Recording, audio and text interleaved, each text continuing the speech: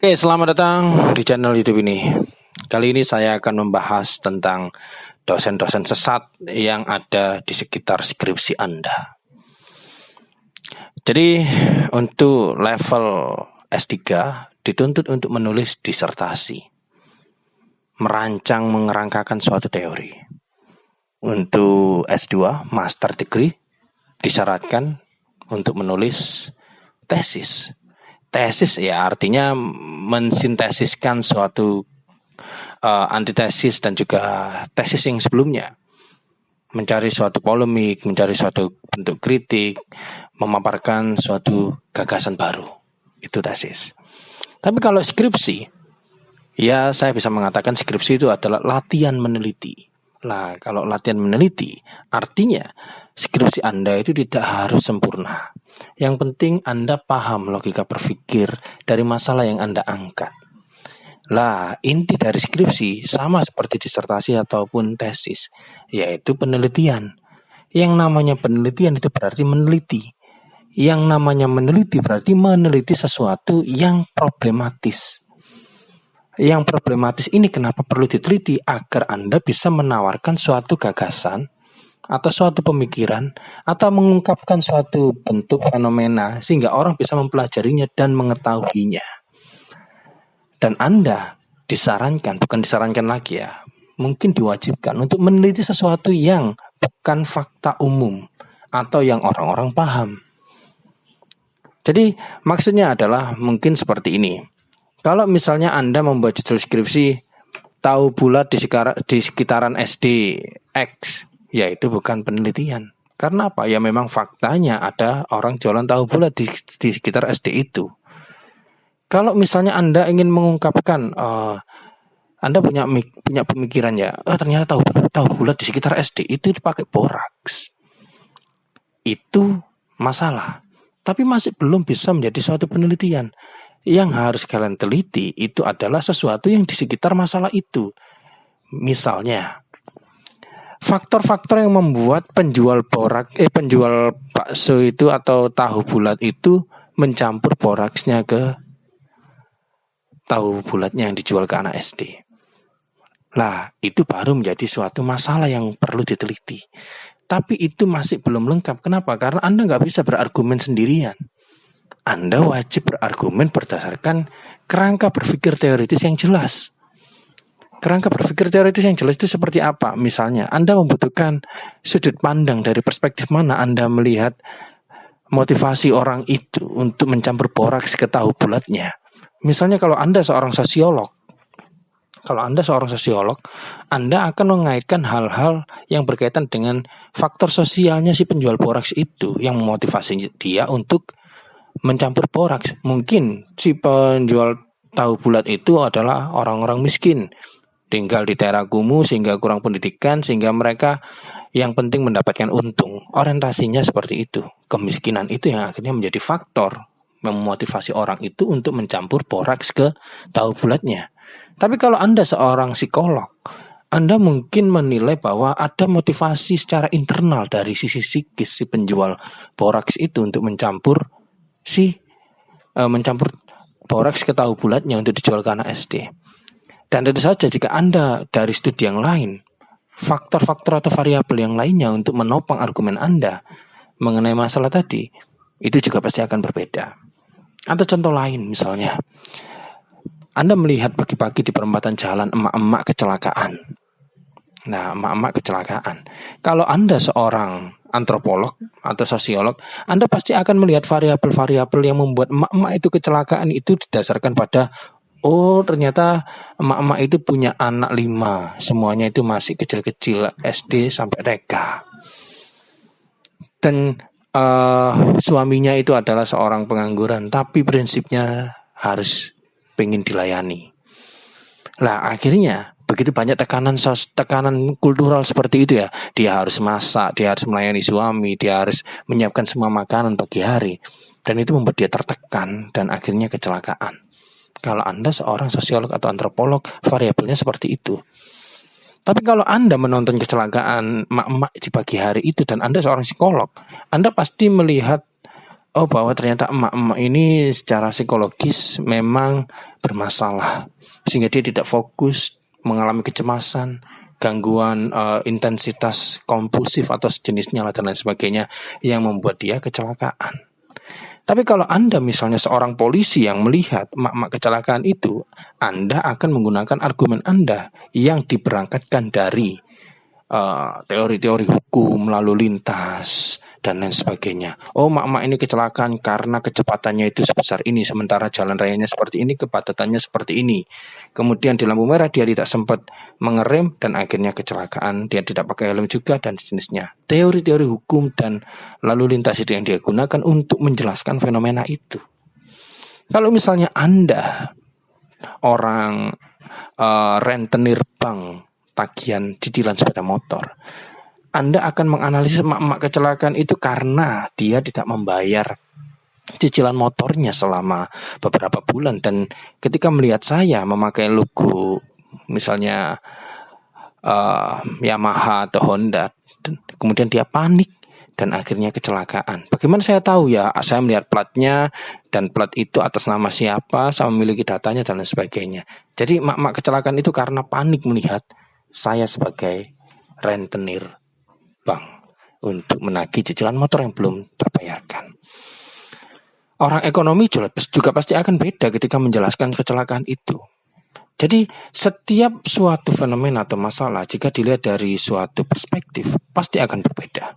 Artinya ilmu itu sebenarnya bukan ilmu ya. Setiap penelitian itu sifatnya subjektif.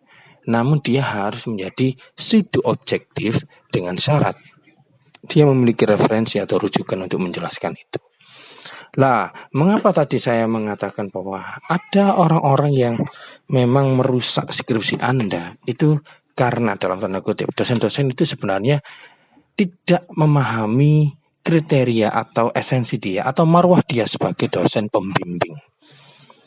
Pembimbing atau supervisor lah istilahnya, itu adalah orang-orang yang membimbing Anda, guidance.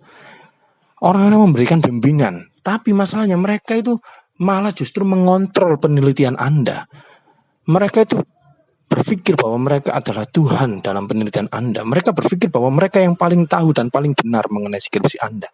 Sehingga ketika Anda memproposisikan atau menawarkan suatu judul atau suatu permasalahan, dan jika judul itu tidak dikuasai si dosen itu, atau tidak disukai atau tidak dipahami dosen itu, maka dia akan merekomendasikan judul yang lain. Apakah seorang pembimbing itu seperti itu? Saya rasa tidak seperti itu.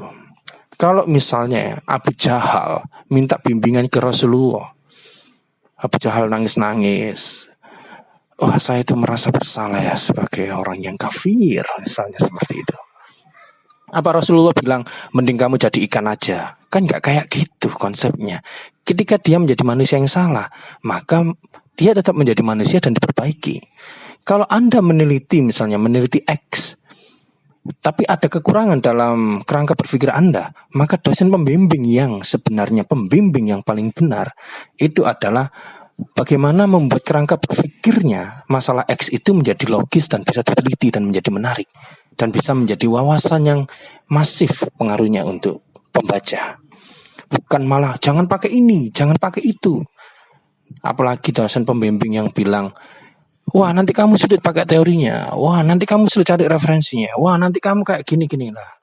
Dosen yang lebih dahulu memberikan ancaman-ancaman dan kecemasan-kecemasan itu, bagi saya itu adalah dosen-dosen sesat yang membuat penelitian Anda menjadi basi, lapuk, dan juga tidak berarti. Mengapa saya mengatakan demikian? Karena pada dasarnya dalilnya tetap sama. Tidak semua dosen itu berkualitas.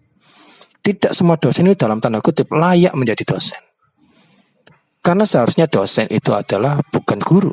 Kalau guru mengajarkan materi sesuai dengan kurikulum yang diberikan dan siswa mendengarkan materi yang diberikan.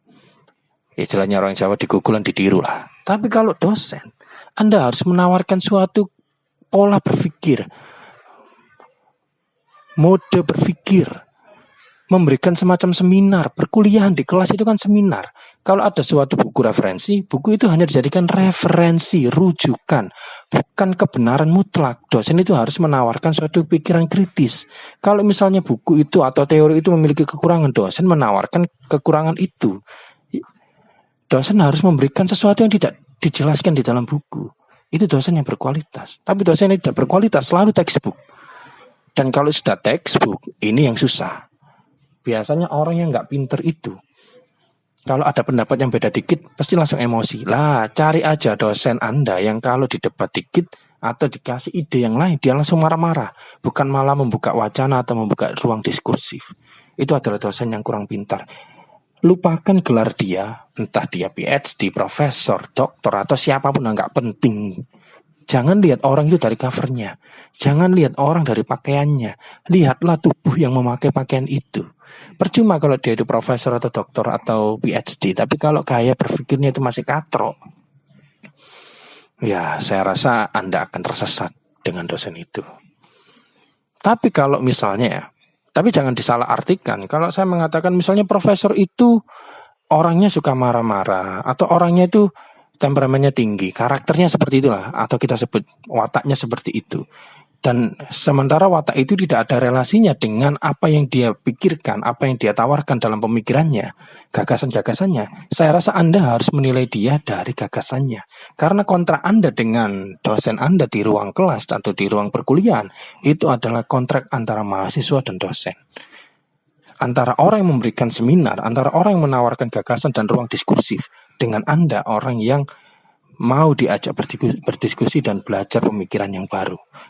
Anda tidak sedang mencari jodoh, makanya watak dosen itu ya harus dimaklumi. Tapi kalau kekakuan berpikirnya atau kekakuan terhadap suatu teori, kamu harus pakai teori ini, pakai teori ini, pakai teori ini. Nah, saya rasa itu yang perlu kalian kritisi.